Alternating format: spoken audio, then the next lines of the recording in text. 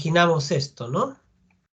Una mujer con problemas de peso, ¿sí? Tiene sobrepeso o obesidad, tiene vellos en exceso, ¿no? Tiene problemas asociados a la insulina, resistencia a la insulina, y le hacemos una ecografía, sale que hay muchos folículos en ambos ovarios, que hace que el ovario sea gigante, y tiene trastornos de la regla con problemas de infertilidad, ¿no? Tal cual nos imaginamos, ¿no? Entonces, ha sido así durante años, es así en la gran mayoría, pero vamos a ver que hay variantes, ¿no? Y muchas variantes que también se llaman síndrome de ovario poliquístico, ¿no? Entonces, como su nombre dice, es una serie de signos y síntomas de una enfermedad con exceso de andrógenos, pero en las damas, ¿sí? Exceso de andrógenos, ¿no? De hormonas masculinas. Es uno de los trastornos endocrino-metabólicos más comunes en mujeres en edad fértil. Ojo, en mujeres en edad fértil. Se habla que por lo menos un 70% de mujeres con este síndrome no se diagnostican de manera adecuada en atención primaria, y es responsable de un gran porcentaje de infertilidad de causa anovulatoria, ¿no? De causa anovulatoria. Probablemente infertilidad también se le va a tocar este tema, muy someramente. El síndrome, pues yo lo conocí, lo conocíamos como síndrome de Stein-Leventhal, ¿no? Es lo primero que van a escuchar. Ellos, estos doctores, miden en qué año publican un artículo, un estudio que se hace en 7 mujeres, en las que encontraron algo común en ellas, ¿no? Oligomenorrea, obesidad, hirsutismo y con un ovario de una alteración poliquística, ¿no? Entonces, inicialmente el síndrome se llamó síndrome de Stein-Leventhal en honor a ellos, ¿no?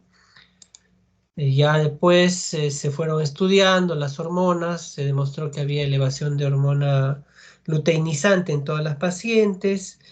Luego se fue viendo los problemas de resistencia a la insulina.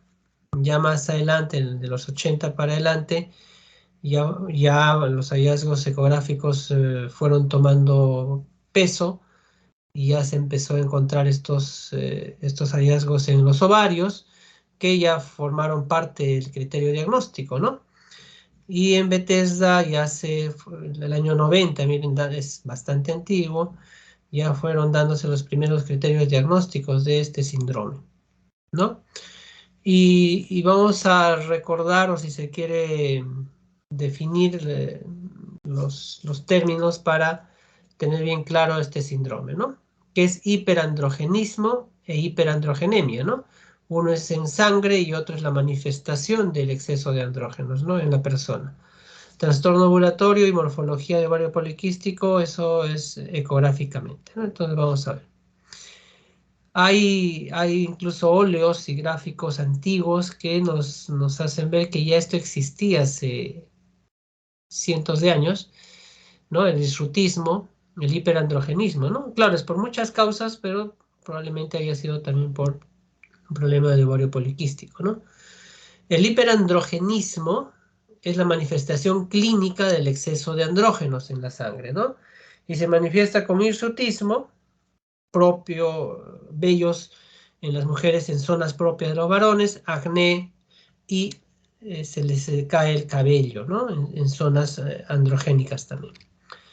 Recordemos que las causas de hirsutismo son todas estas, ¿no? Hay muchas, ¿no? Por ejemplo, vamos de un lado a otro, problemas tiroideos, acromegalia, exceso de prolactina, la obesidad, problemas de la glándula suprarrenal, ¿no? Y si nos vamos al ovario, ya ahí entra a tallar el síndrome de ovario poliquístico, ¿no? Como una de las primeras causas de hirsutismo, ¿no? Entonces, descartado todo lo demás, nos quedamos con un problema de ovario poliquístico. El hirsutismo, les decía, se tiene que evaluar con este score de Ferriman, y ustedes saben que hay varias zonas andrógeno dependientes, y eso es lo que va a tener esa mujer, ¿no? Entonces se evalúa de acuerdo a estos score. Acá está el score completo, que ustedes probablemente lo hayan visto en Dermato. Entonces empieza a aparecer vello en zonas donde no debería tener la dama, ¿no? Con este gráfico que vemos que lo tienen en la zona de la barba, ¿no? En una mujer. Y también hay óleos de eso, ¿no? Quien está cargando ese bebé es una mujer, ¿no? La mujer barbuda es un óleo conocido, probablemente con un problema de hiperandrogenismo que se manifestó con este problema, ¿no?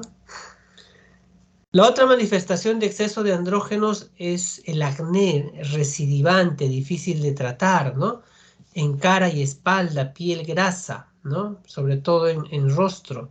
Entonces, por eso que nuestros colegas dermatólogos, cuando tienen este problema en mujeres en edad fértil, lo primero que piden es que nosotros descartemos que no sea un problema de ovario poliquístico, ¿no? Porque a veces hay acné, empiezan a tratar ellos sin tener este diagnóstico y van a ir al fracaso los dermatólogos, ¿no? Entonces, lo mejor es en estos casos, si hay un acné recidivante, es mejor primero descartar un problema de mi área y luego, pues, si no hay nada, reciben el dermatólogo, ¿no? Y como saben, el acné, hay clasificación de estas, ¿no? Hasta las pústulas, ¿no? Que ustedes probablemente hayan visto en el curso de dermato. Y todos estos grados se puede presentar en este síndrome, ¿no? En cara y espalda predominantemente. Y además van a tener pérdida de cabello, ¿no? Cuando hay exceso de andrógenos en las mujeres, van a perder cabello sobre todo en la región frontal y parietal, ¿no? Como vemos en el gráfico, ¿no? Porque es donde se pierde en los varones. Entonces van a tener ese tipo de alopecia androgénica.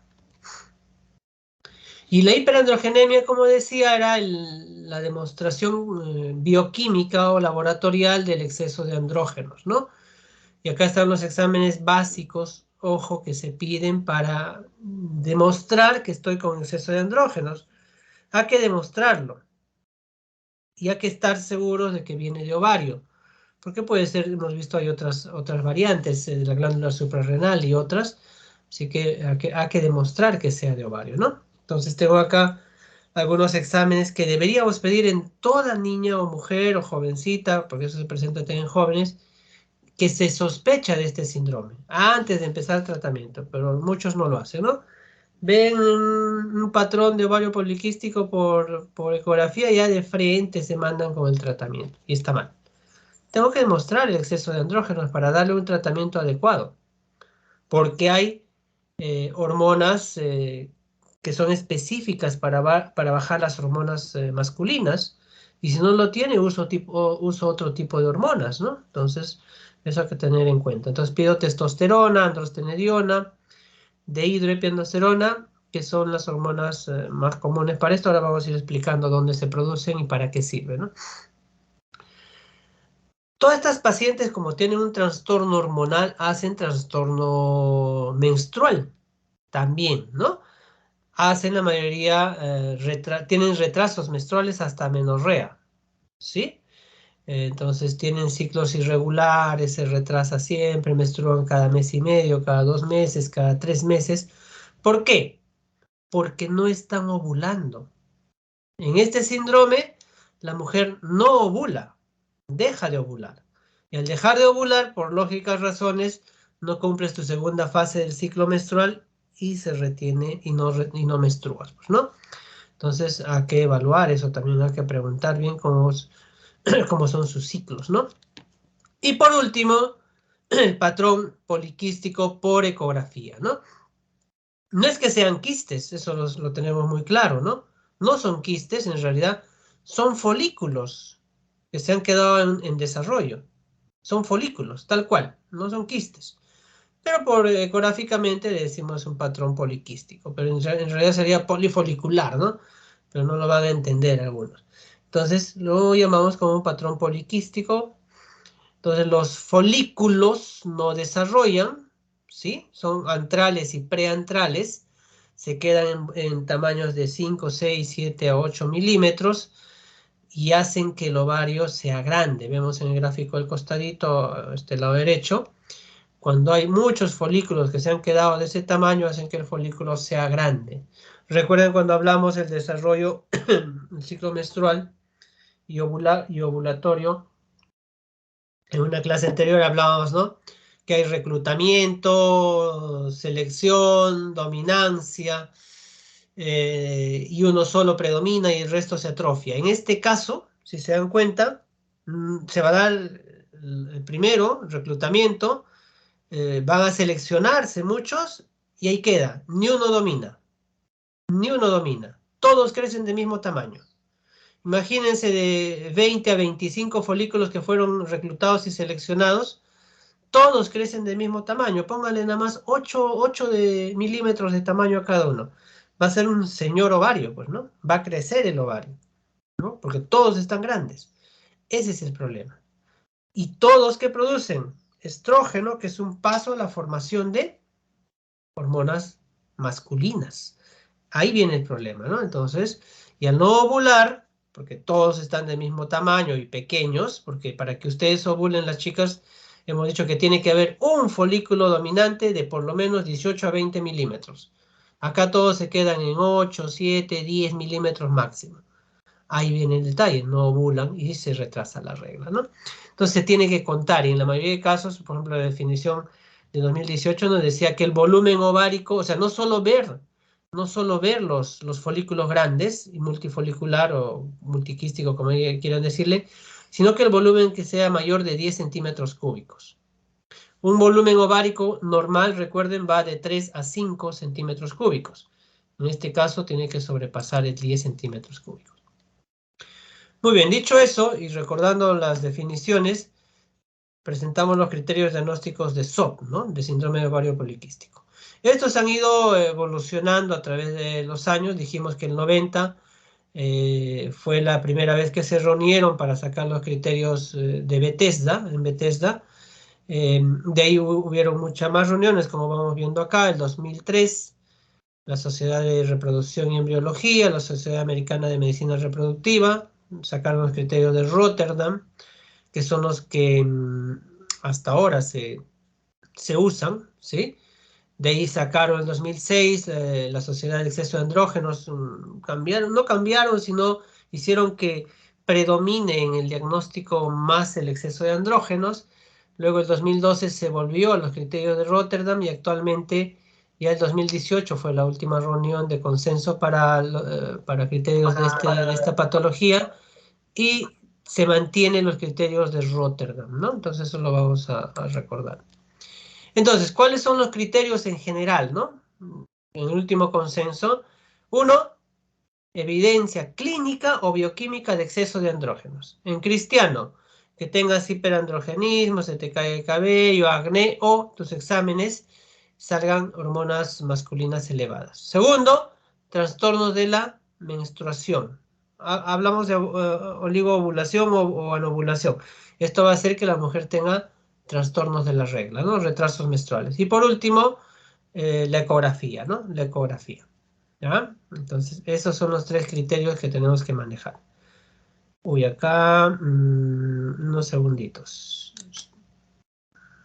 O sí, seguimos nada más. Acá está el cuadro de atrás, lo vemos adelante en todo caso. Acá están los criterios que se han ido manejando hasta el 2012 en todo caso. Y se requieren, por ejemplo, en Rotterdam vemos que te solicitan que por lo menos tenga 2 de 3, ¿no? Así se decía, 2 de 3. Y así ha sido, pero ya últimamente se habla de fenotipos, ¿no? El 2018 se empezó a hablar de, incluso antes, pero ya el 2018 marcaron esto, que no hablemos 2 de 3, sino hablemos de fenotipos. Antes decíamos, si tiene 2 de los 3 o los 3, bueno, pero ahora es predominantemente hablar de fenotipos, ¿no? Entonces, ya se pone que hay 4 fenotipos de síndrome de ovario poliquístico, de la A a la D, en mayúsculas. Y miren, vemos, ¿no? Están los 3 criterios, ¿no? Hiperandrogenismo, sea clínico o laboratorial. Disfunción ovárica, manifestado en retrasos menstruales. Y una ecografía de ovario poliquístico. Listo. Si tengo los 3 criterios, es un tipo A. Es el más severo de todos. Es el más severo de todos, ¿no? Y es el más dentro de los más comunes. El tipo B, miren, ojo chicos con esto. El tipo B tiene hiperandrogenismo, trastorno ovulatorio o menstrual, pero puede no tener una ecografía de ovario poliquístico. O sea, la ecografía te sale normal, pero tiene los otros dos.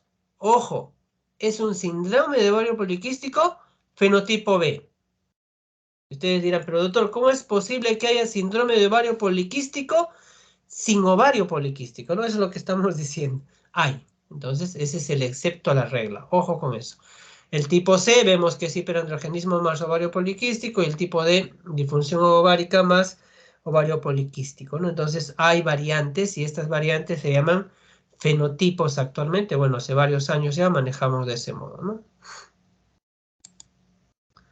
En adolescentes da problema, y esta enfermedad se presenta en muchos casos en adolescentes, ¿no? Lo que siempre han escuchado o van a escuchar es que más o menos 5 años posterior al inicio de la regla en las adolescentes, el ovario no trabaja bien. Son ciclos irregulares, ¿no? Muchos hasta anovulatorios y tienen retrasos menstruales, y es normal en adolescentes, los 5 primeros años.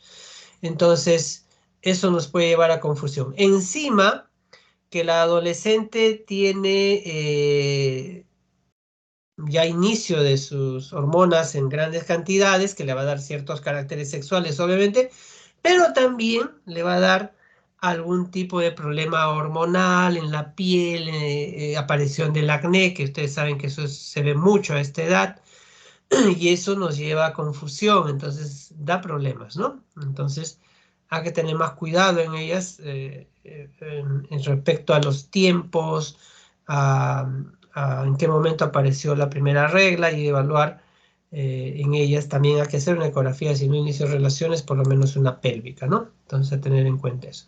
Entonces, en adolescentes, como decía, hay que tener cuidado. Pasamos.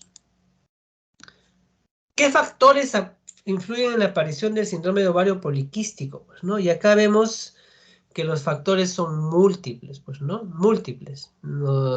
Antes solo se hablaba de factor hormonal y algo así. Sí, evidentemente es un problema hormonal, pero para ese problema hormonal, miren, ya actualmente se maneja esto, ¿no?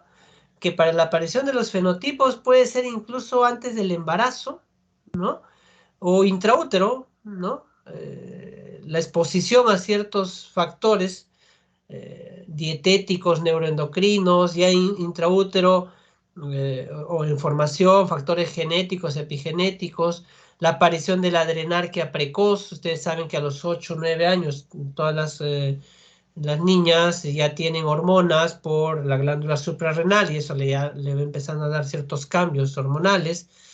Factores inflamatorios, y en la adolescencia pues depende de la actividad que se haga, exposición a hormonas, y entonces vamos viendo varios factores ováricos, adrenales. Empiezan los problemas de resistencia a la insulina en el mismo embarazo y todo. Entonces se habla de factores neuroendocrinos, hormonales, metabólicos, genéticos, ambientales y de todo tipo, ¿no? Para, como factores que contribuyen a la aparición de esto, ¿no? Y acá, en otro gráfico, lo mismo, ¿no?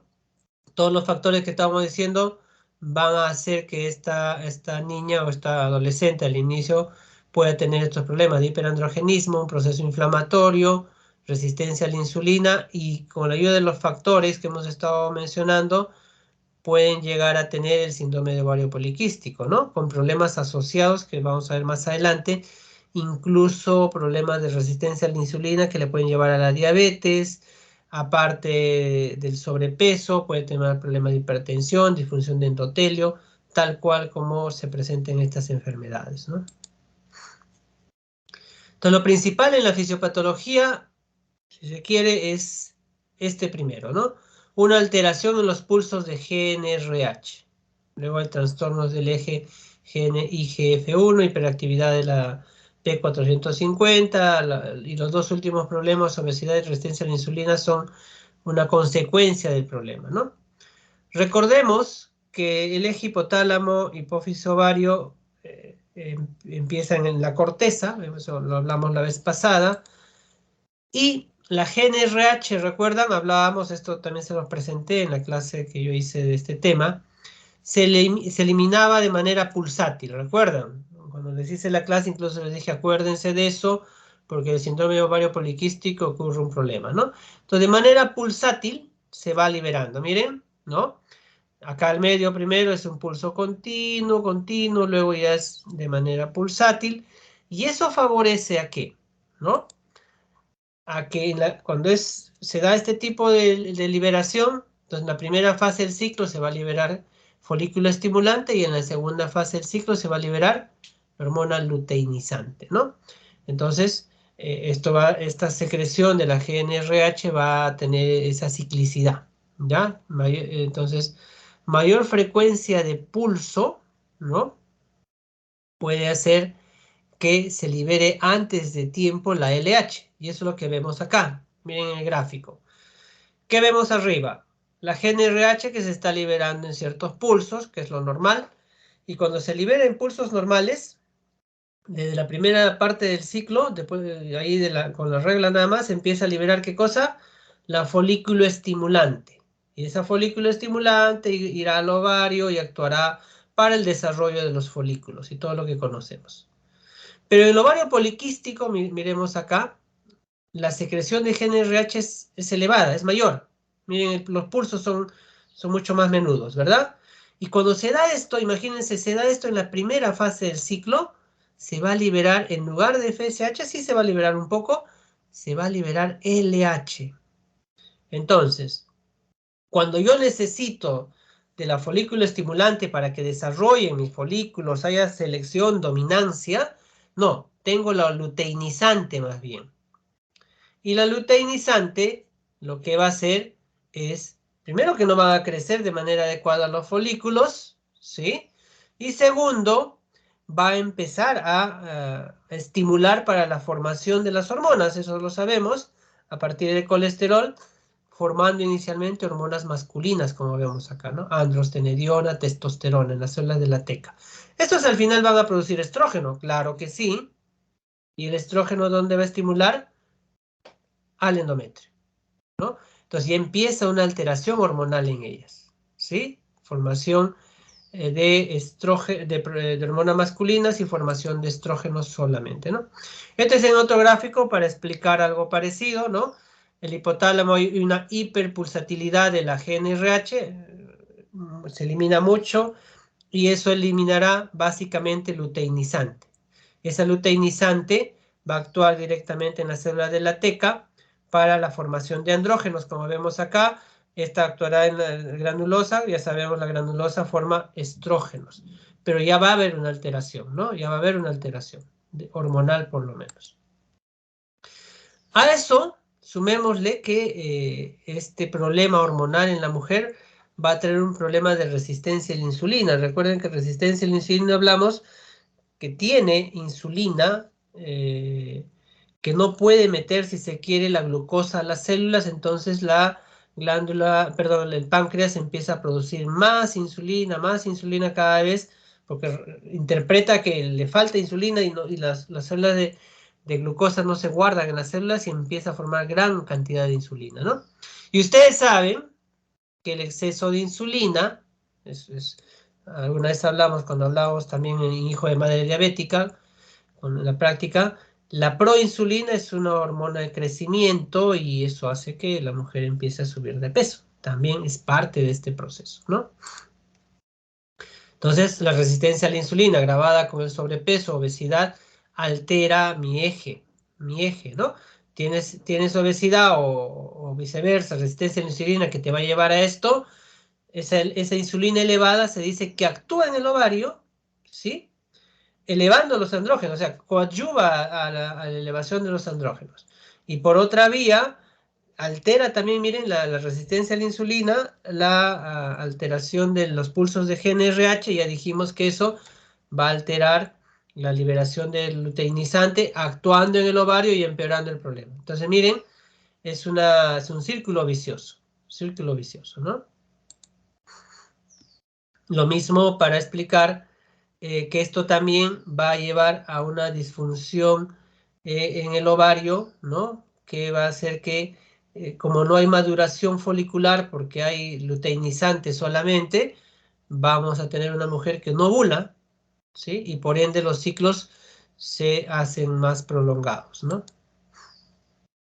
Acá en otro gráfico, hablando de resistencia a la insulina, Esta resistencia también puede no solo afectar al ovario, como dijimos hace un rato y estamos mencionando, en el ovario además va a hacer que se aumente la actividad de la P450, los andrógenos ováricos hemos dicho que aumentan, no va a haber desarrollo folicular, en la glándula suprarrenal también va a aumentar la actividad de la P450, en la hipófisis aumenta el luteinizante, eso ya lo dijimos, ojo, la resistencia a la insulina, y en el hígado también va a disminuir la producción de hormonas que favorecen a la circulación de las hormonas esteroideas, ¿no? Esta SHBG es una hormona que favorece eh, a la, a la movilización de las hormonas esteroideas, ¿no?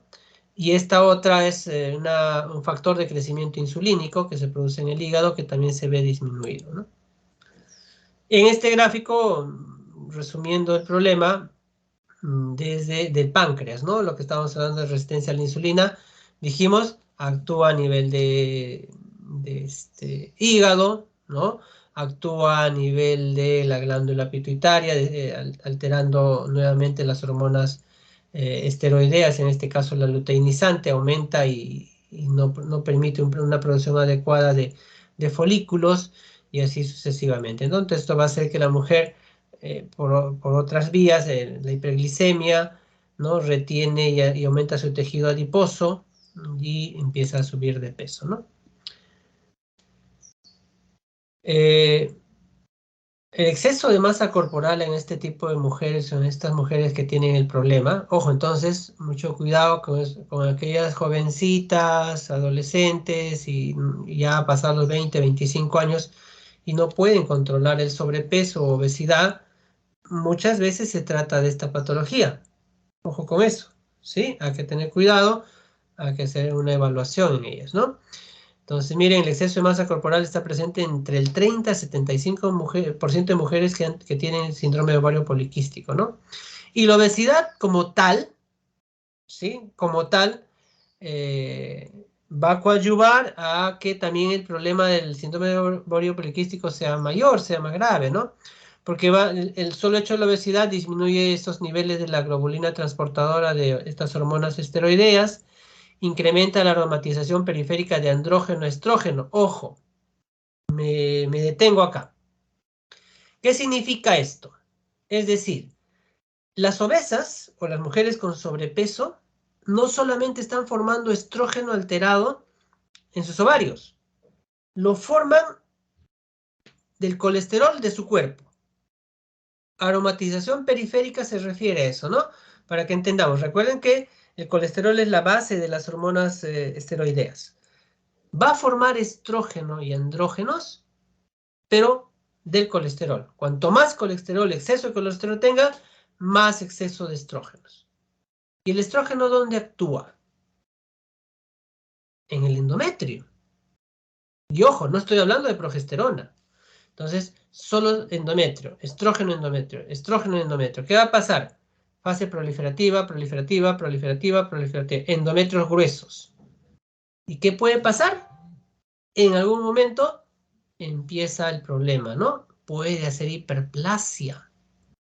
Las mujeres con sobrepeso y obesidad hacen esa patología. Ustedes ya han llevado, no sé si han llevado esa clase o no, hacen ese problema. ¿Por qué? Por esto, exceso de estrógeno, por aromatización periférica, o sea, ni siquiera es que su ovario esté fallando, su cuerpo de por sí va produciendo esto.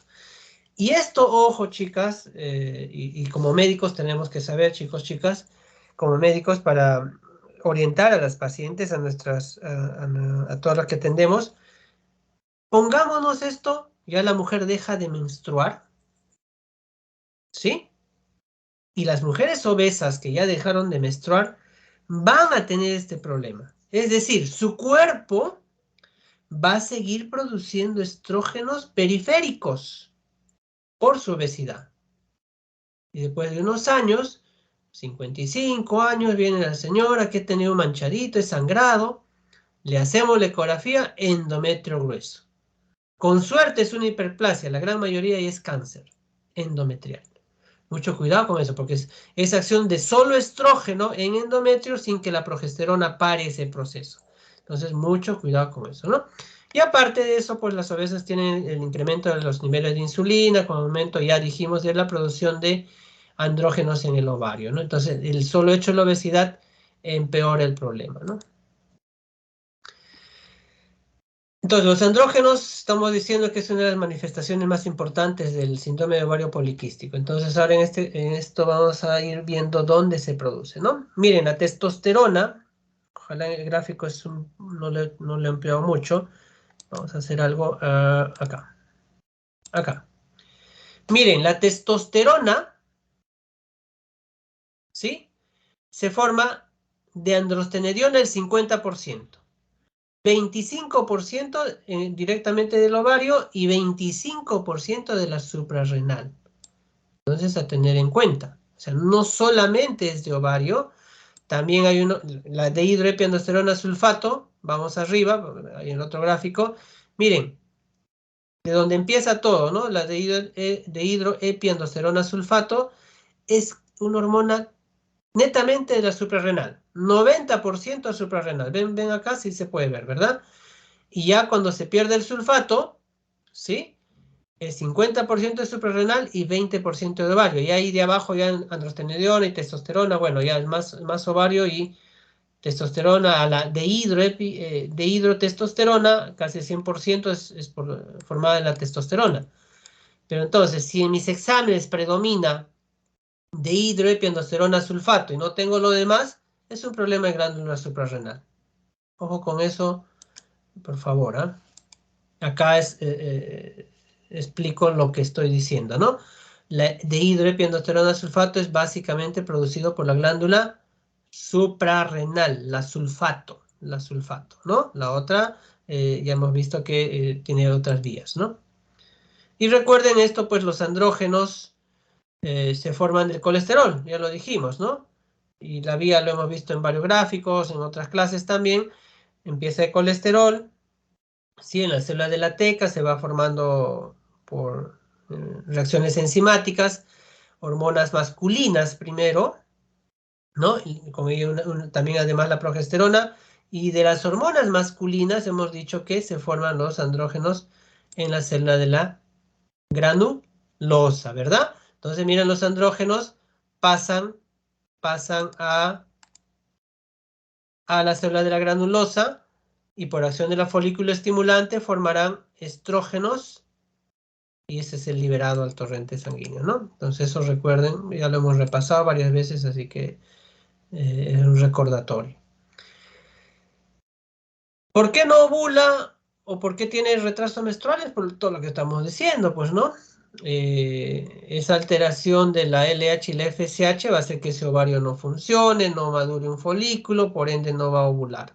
Y si no ovulas, no menstruas. Puede estar 2, 3 meses, 4 meses y recién menstruas, ¿no? Esos niveles elevados de andrógenos en sangre contribuyen a esto. El exceso de insulina, ya dijimos, también tiene que ver con la alteración hormonal, ¿no? De la frecuencia de pulso de GnRH y altera a la vez la luteinizante. Entonces, miren, hay varios factores para que la mujer no ovule en este síndrome, ¿no? Se ha estudiado la herencia en el síndrome de ovario poliquístico, ¿no? Porque se puede transmitir por ambos sexos, es un patrón autosómico dominante, se ven mutaciones del gen, ¿ya? Y estos pueden ser por factores ambientales también, ¿no? El gen afectado es, acá está el nombre propio, ¿no?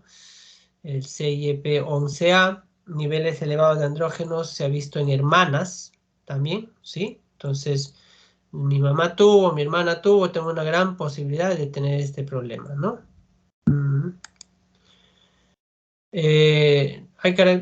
Contribuyen a esto, como dijimos, la herencia, ¿sí?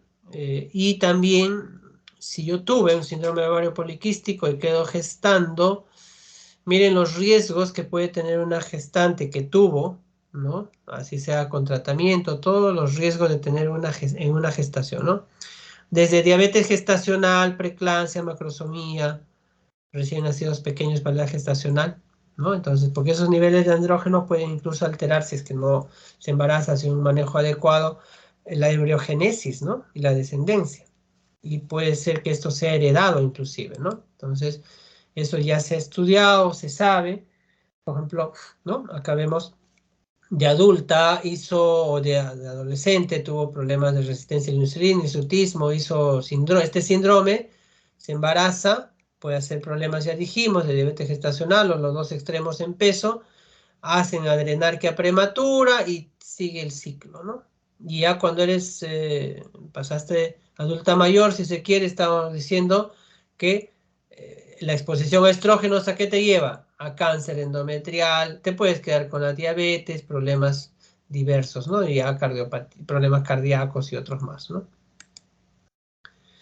Los factores de riesgo, ya lo hemos estado diciendo desde el inicio, genéticos, de dieta, estilo de vida, y se habla de exposición a riesgos ambientales, ¿no? Y es más, se ha salido estudios hace un tiempo de productos finales de la glicación avanzada. Es el azúcar, ¿no? Y algunos componentes que traen los envasados, ¿no? ¿Qué otras áreas afecta a la mujer este síndrome psicológico? Imagínense una mujer que tenga vellos en el cuerpo, en zonas extrañas, el acné que no se puede combatir, también te da problemas, ¿no? El problema metabólico son obesas, con problemas de resistencia a la insulina, pueden hacer diabetes, no duermen bien, eso también se ha estudiado, ¿no? Hacen el síndrome de apnea, hipopnea obstructiva del sueño, está dentro de esta enfermedad como causa el síndrome de ovario poliquístico, y encima de eso no pueden quedar embarazadas. Y si se embarazan, los riesgos que acabamos de decir, ¿no? Entonces miren todos los problemas y consecuencias clínicas que te trae esta patología, ¿no? De acá ya viendo los problemas más comunes en el síndrome de ovario poliquístico, más o menos en grupos etarios, ¿no? De joven, problema de fertilidad, ya hablé del cáncer endometrial, puede ser desde joven hasta pasado la menopausia, diabetes, ¿no? Cáncer de ovario, hipertensión, problemas cardiovasculares o enfermedades cardiovasculares, ¿no? Entonces conforme pasan los años, y esto no se maneja de manera adecuada, puede traerte todos estos problemas, ¿no?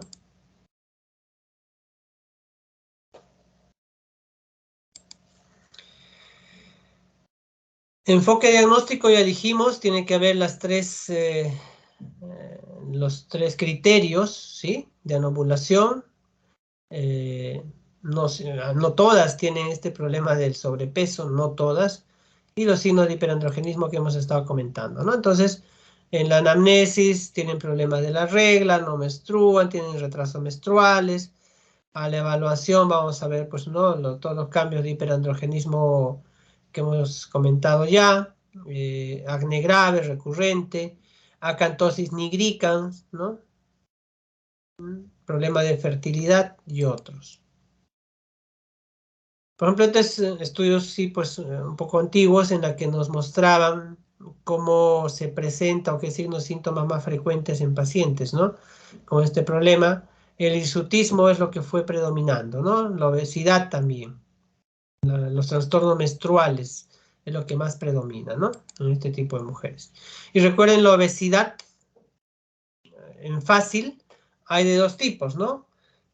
Centrípeta y centrífuga, si se quieren, central y periférica. En el síndrome de ovario poliquístico se da la obesidad central, ¿no? Predominio de abdomen, ¿no? De abdomen, ¿ya?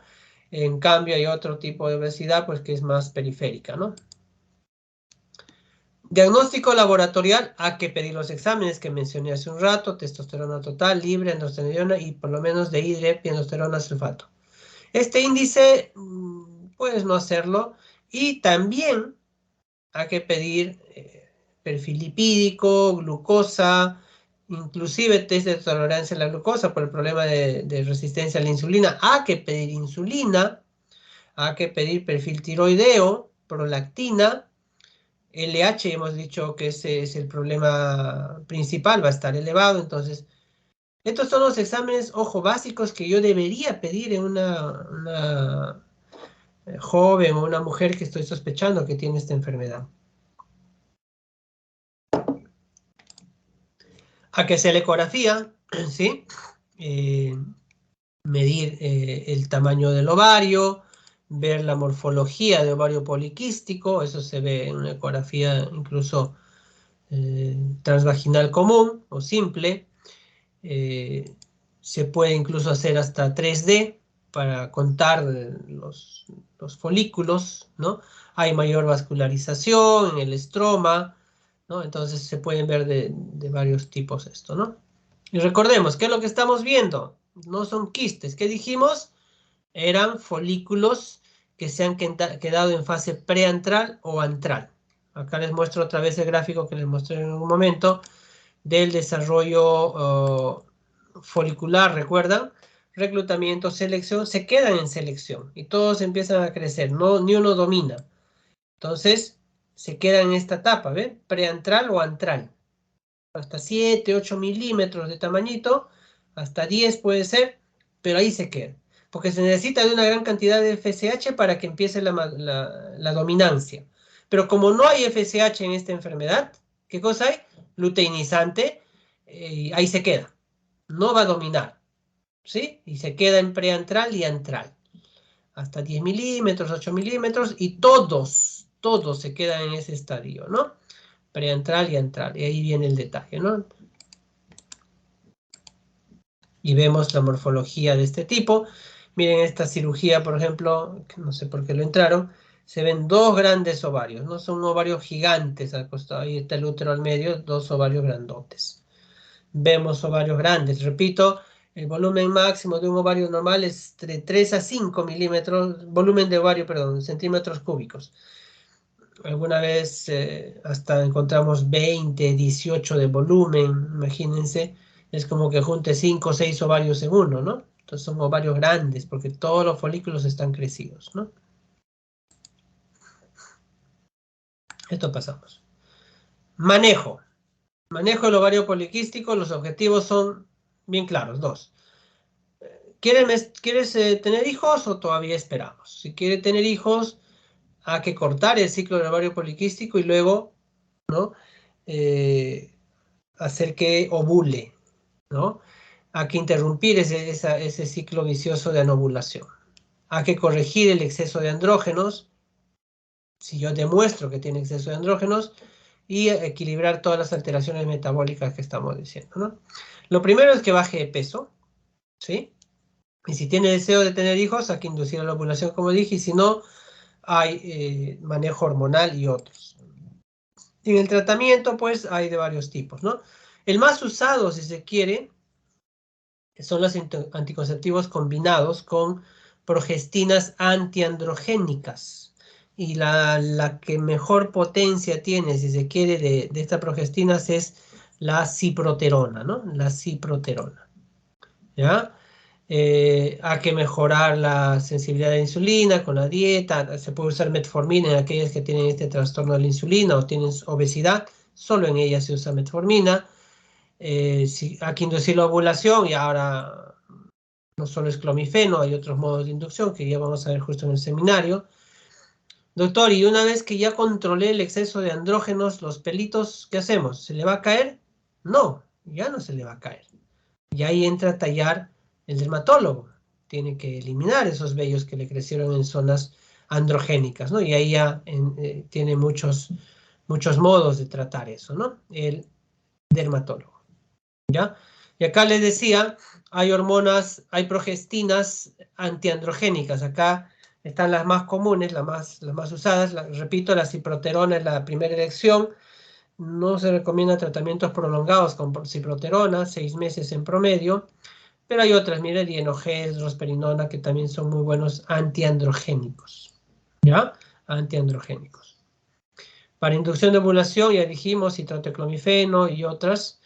Metformina ya no está en investigación, ya se usa, ya sigue el problema, pero ya se puede usar en obesas o en las que demuestro que hay problemas de resistencia a la insulina.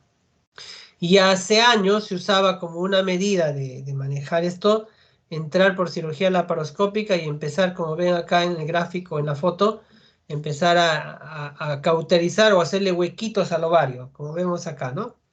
Era la fulguración ovárica y y una vez que reventabas, si se quiere, todos los folículos que están en el ovario, esa mujer obviamente tenía su mejoría de unos meses, pero bueno, revertía otra vez, venía otra vez el problema, ¿no? Entonces, concluyendo, este síndrome es una de las funciones endocrino-metabólicas crónicas más prevalentes en mujeres en edad joven, en edad fértil, perdón. Desde muy adolescentes hasta muy alta edad, ¿no? Y no solo debe limitarse el tratamiento a solucionar el problema de fertilidad, no es solamente eso. Hemos visto que puede producirte cáncer de endometrio, cáncer de ovario, así que mucho cuidado. Es más, hay una sociedad de síndrome de ovario poliquístico en el mundo, hay un mes dedicado a esta patología, ¿no? Que es en septiembre. Entonces, es una enfermedad mundial que aqueja a muchas damas y hay que tenerlo en cuenta. Y ojo, ustedes como médicos pueden acercarse al diagnóstico y de ahí lo deriva a un especialista para el manejo adecuado, ¿no? Por todo lo que conlleva todo esto. Muy bien. ¿Preguntas?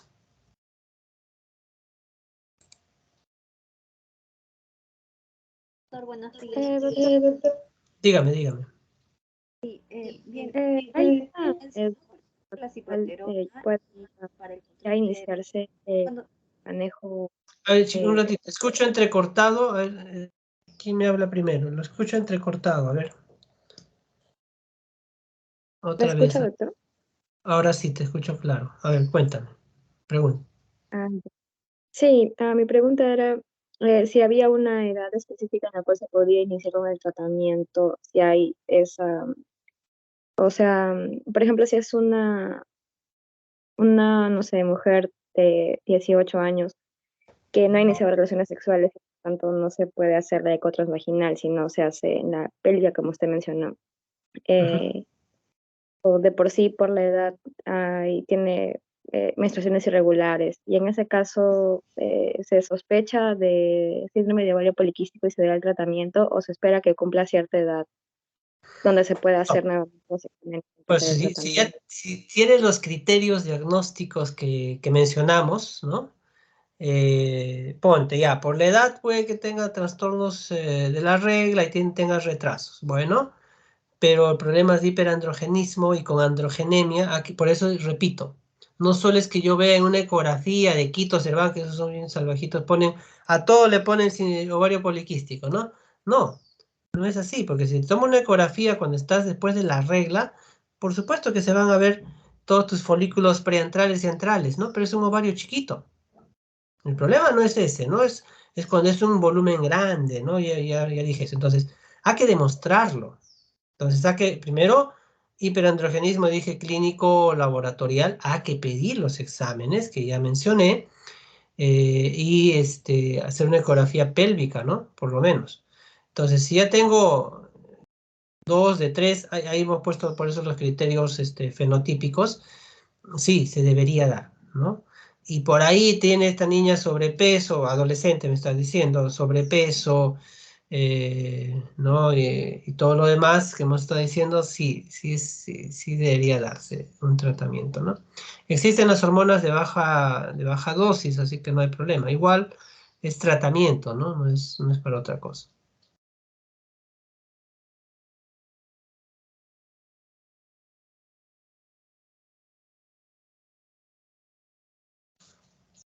¿Alguna pregunta? Doctor, buenos días. Dime. Sí, una pregunta.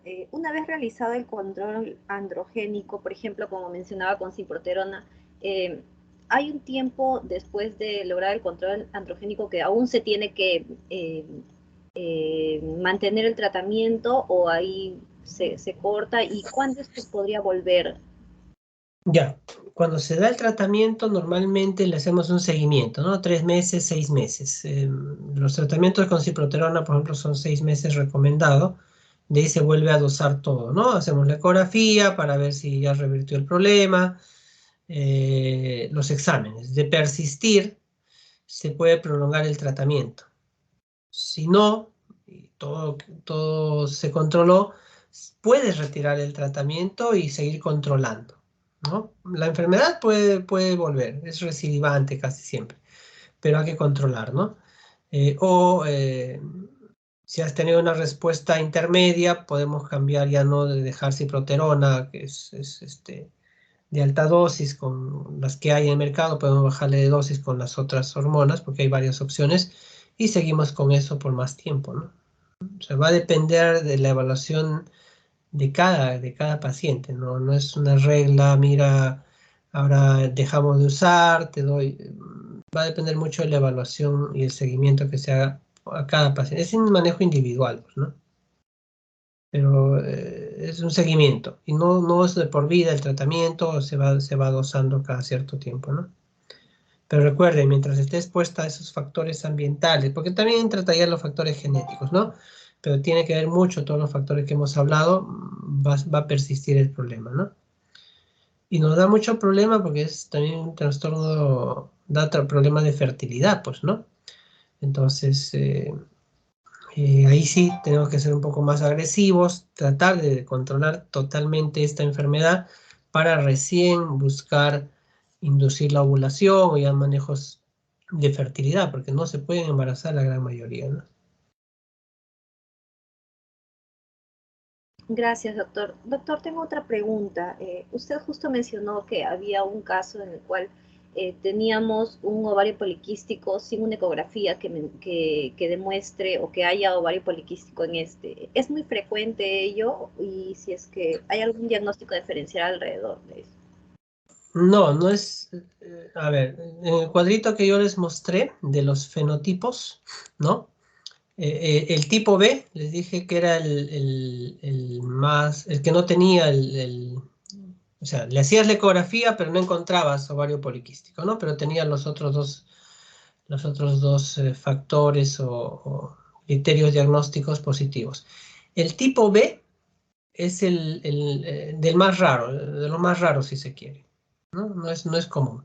Porque dije que el más común era el tipo A. Y ahí en el cuadro les dije incluso la A y la C son las más comunes. O sea, las que tienen morfología de ovario poliquístico por ecografía, ¿no? La B no es muy, muy común. Pero, repito, si tú demostraste hiperandrogenismo, ¿no? Sea clínico y laboratorial y tiene trastornos de la regla, retraso menstrual, cada 2, cada 3 meses, se cataloga como un síndrome de ovario poliquístico tipo B o fenotipo B y deberíamos iniciar tratamiento, ¿no? Es así, actualmente se maneja de ese modo. Porque, repito, antes, en 2006, incluso la sociedad de andrógenos solo le interesaba que los andrógenos estén elevados y por ahí uno que otro factor. Entonces, si te das cuenta, en los fenotipos hay uno que no tiene andrógenos elevados o no hay criterio de hiperandrogenismo, pero si tienes retrasos menstruales y tienes un ovario poliquístico. Entonces, hace unos años solo nos basábamos en que haya problemas de hiperandrogenismo. Eso también ha cambiado. Como te digo, se ha vuelto a los criterios antiguos, pero ahora ya se habla de fenotipos, ¿no? Entonces, tiene dos, como he dicho, ya es ovario poliquístico. O sea, no hay que dudarlo, ¿no? Y hay que manejarlo como tal. Gracias, doctor. Gracias.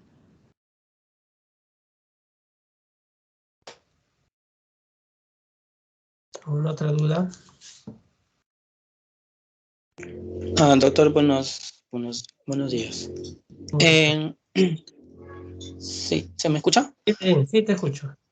Doctor, en relación a los fenotipos, ¿esto nos podría indicar de repente que se pueda inducir posteriormente la fertilidad en relación a los fenotipos o no tiene que ver? O sea, mejor dicho, un fenotipo, a diferencia del otro, ¿podría ser más fácil luego posteriormente inducir la fertilidad o tiene otro uso, clasificación de fenotipos? No. A ver, ahí en el cuadrito, cuando lo repasen, les dije que el tipo A, el que tiene todo, es el más severo y es el más difícil de tratar efectivamente. Pero igual, o sea, todas, en realidad, o sea, ya de por sí tener el síndrome de ovario poliquístico, sea el fenotipo que sea, te va a provocar problemas de fertilidad, ¿no?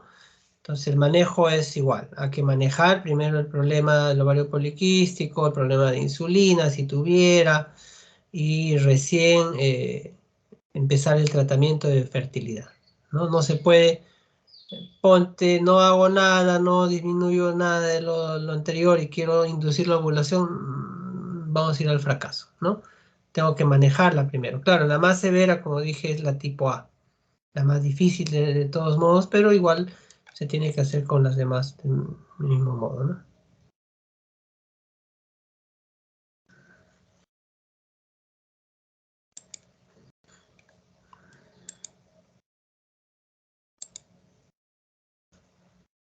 ¿Alguna pregunta más? Buenos días, doctor. Doctor, una consulta. ¿La hipertecosis ovárica también se podría considerar como una variedad de lo que es el síndrome ovario poliquístico? No. O sea, la morfología, cuando se sacan los criterios de morfología ovárica de ovario poliquístico, ¿sí? Tienes que tener esta morfología de folículos alterados, ¿no? Todo lo demás, porque incluso se ve que el estroma es más grueso, no, pero tienes que tener la morfología, por eso que incluso nos pusieron en algún momento, deberíamos de contar todos los folículos, ¿no? ¿Ya? Pero no, lo otro no entra en esa definición de hipertecosis.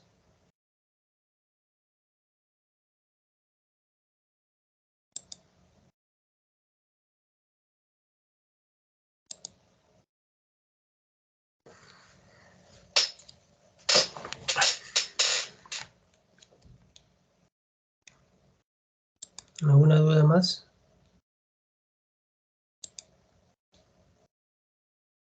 Muy bien, si no hubiera, pasamos a la exposición, ¿ya? Al seminario, perdón, al seminario.